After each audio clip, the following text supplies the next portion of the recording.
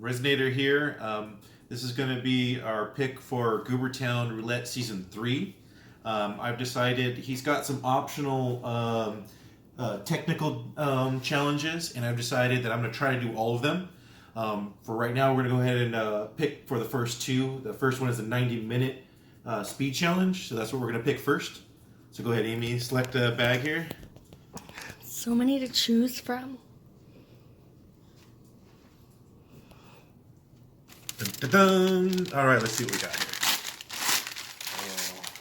This thing feels light. Good. It's a small one for 90 minutes. Hopefully it's small. Hopefully it's not detailed. Uh-oh. It's a gene stealer. I already kind of had base coated it with some green, but we're going to change that. I'll prime it again before I start. But we'll go ahead and prime it, and then I'll get to filming it later. But okay, so that's going to be our speed. We're going to go ahead and roll for the dice for the our theme, which you're doing. And I'm going to do the color. Oop, I got a 5 and a 4. So he is going to be, creepy, spooky, perfect. And then 5, purple. Creepy, purple, gene stealer. All right. Alright. It's time to show you guys my prime gene stealer.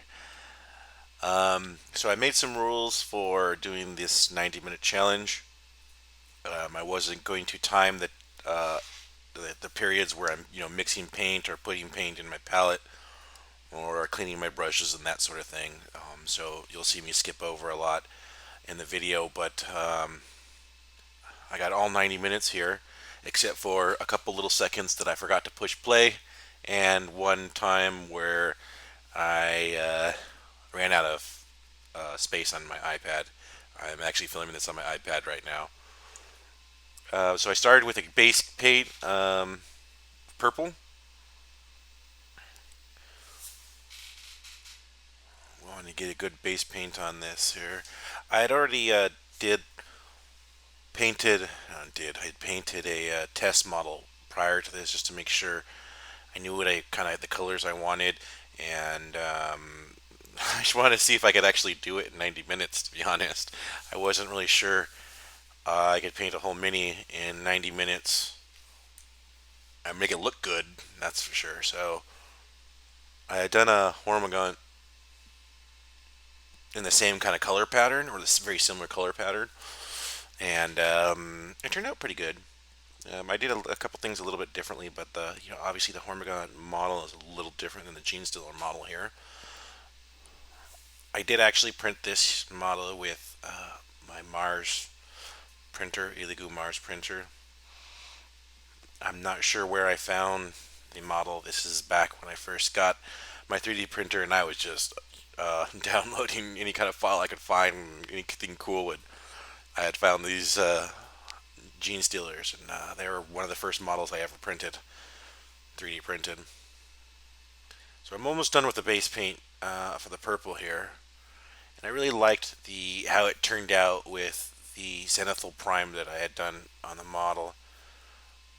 I had primarily used all golden high flow paints on this. I only used one other, and that was Crimson Red by US Art Supply, and you'll see that later.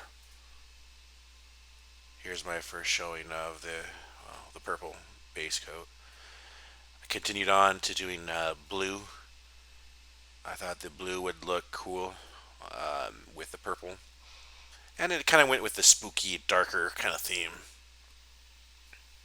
So I'm going to go ahead and apply that to the back here, and I will come back in a couple minutes.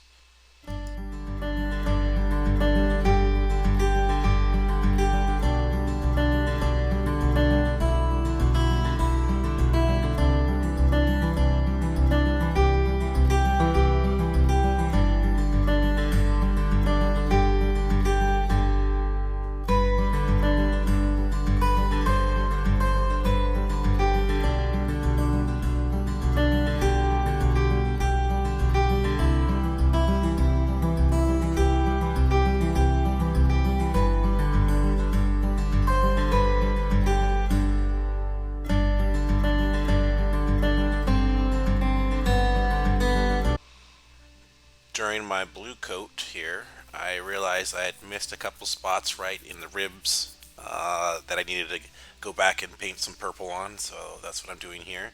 Just fixing those spots I missed.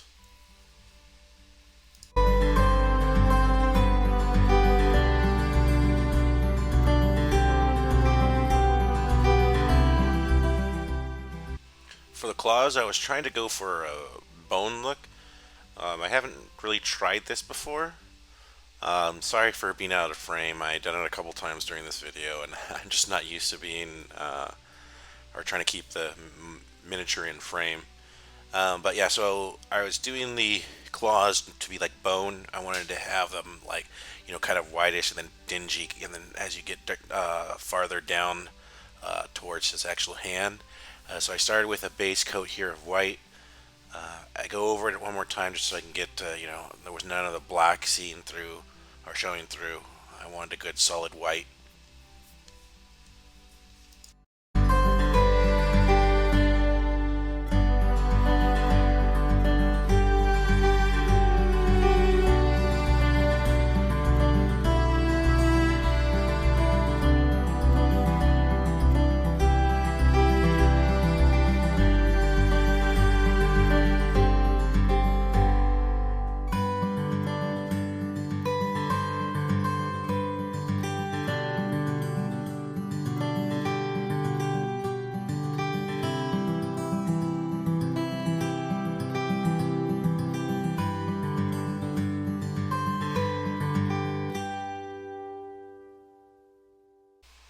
Originally, I was kind of thinking of doing an orange here, but I went with a burnt sienna.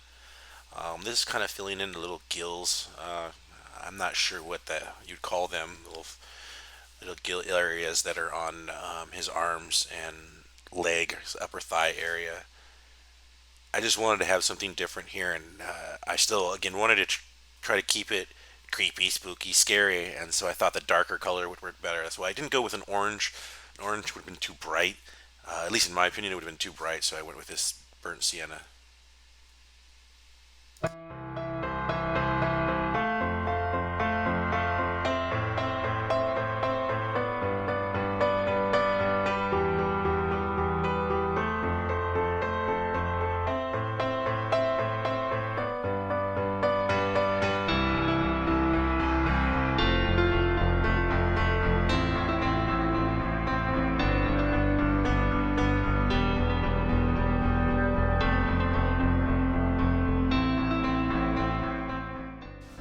Here's my second coat of white, just to really get it so I didn't have any of the black underneath showing. I just wanted that good base paint of the white. It really helps some of those colors, especially light colors like yellow, show up really well once you start painting on it.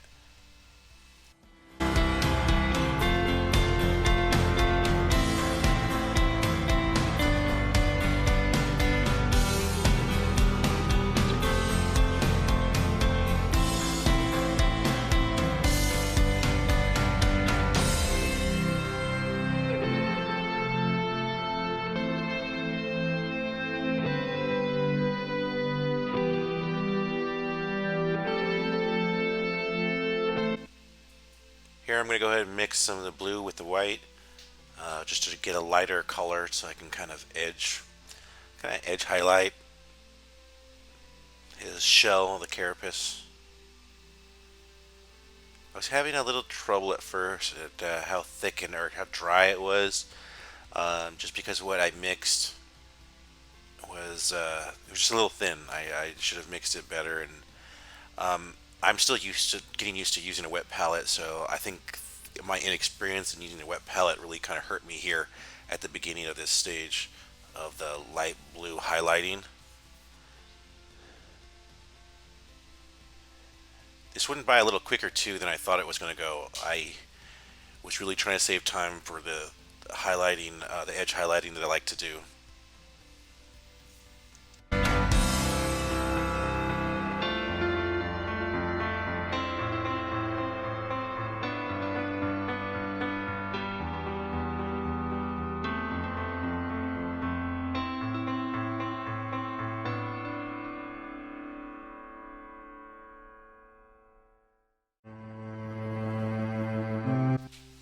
back to the claws. I decided to use this nickel azo yellow.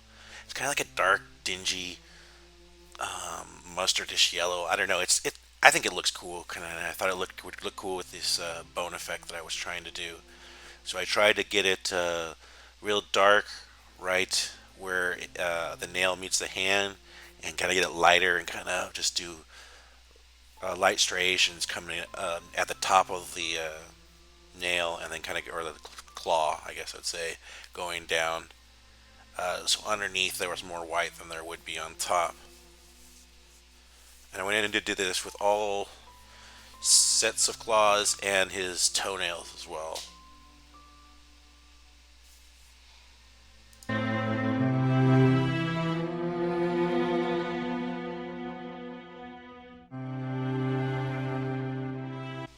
So I'm still learning, and I thought I would mix this shading gray with that yellow and see if it would I can get a little bit darker right near where the claw and the hand meet, and that was just not successful.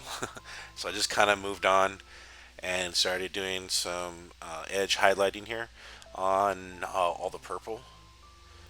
I kind of wanted to get all the areas around the little kind of gill areas that I did the burnt sienna, and then all of his little crease areas in the hands, and all the segmented parts of the different arms and legs.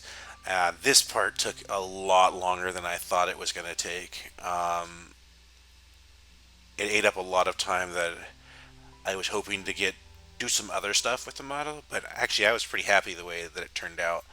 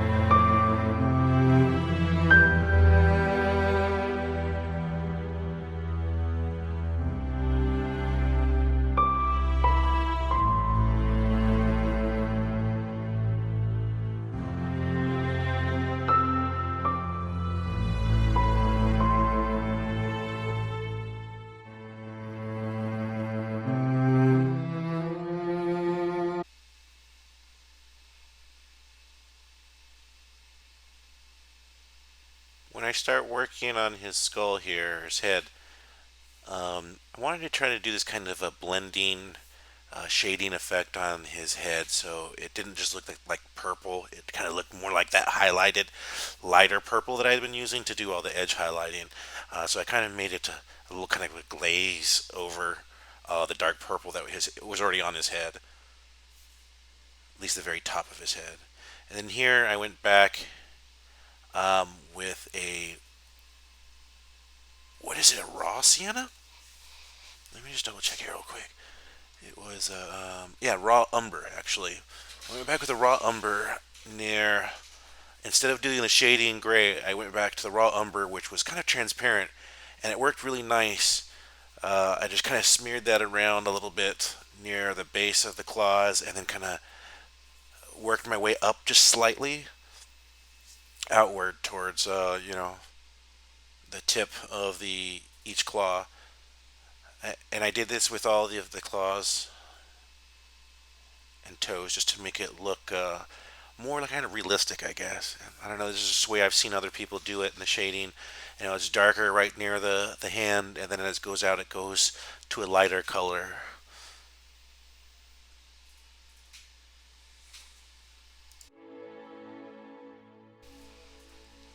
Time to do eyes.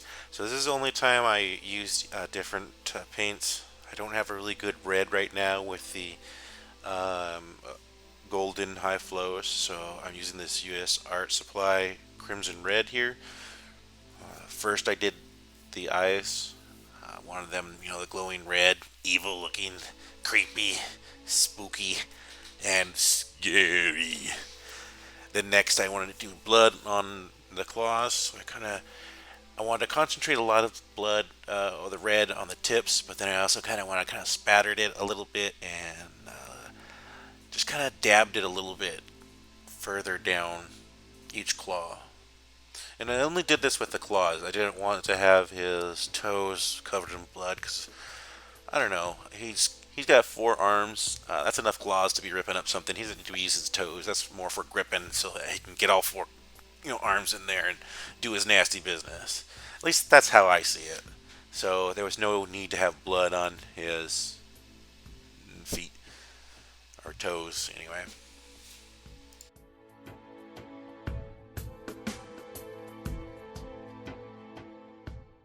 So here was another little fail.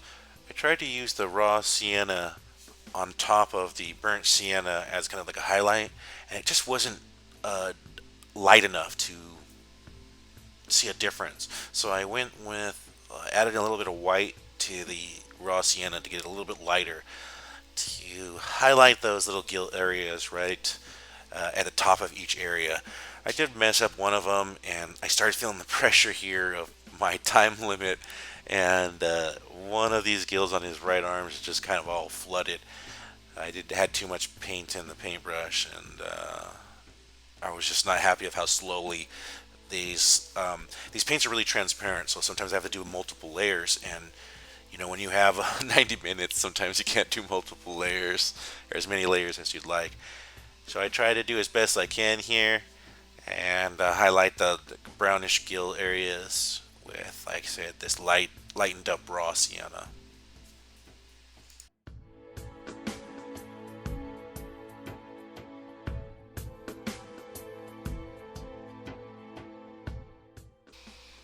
Last here, I'm just doing some touch up and last minute fixes from where I overspilled or overdid some kind of paint. Sorry again for being out of the frame here, but I'm still getting used to filming myself.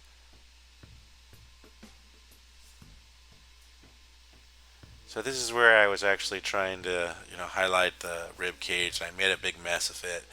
I ended up going back and just covering it up and undoing half of it, and then kind of doing a wet blend, and ended up dry brushing a lot of it off, or brushing it a lot of it off, and I don't know, it was a big mess. And again, I was going feeling the pressure right here. So here I went way too light, and then I'm about to take it off. I grab another brush in here and I'm smearing it all off as much as I can, get it off. And I was kind of actually happy at the end of how the effect looked. It didn't, and it's kind of hidden underneath in the dark area, so you can't really see it. And then I'm covering back over it with the dark purple that I had painted everything. And I realized there were some areas that were a little bit bright, so I kind of toned them down a little bit, and then blended in some areas a little bit more too with this purple, just to make everything look a little bit smoother. And then here, just doing some more red on the tips of all the claws, just to make it really stand out that there's blood. I was kind of seeing some of the white and yellowish stuff seep peek through, so I wanted to make sure it was all the tips were really, really red.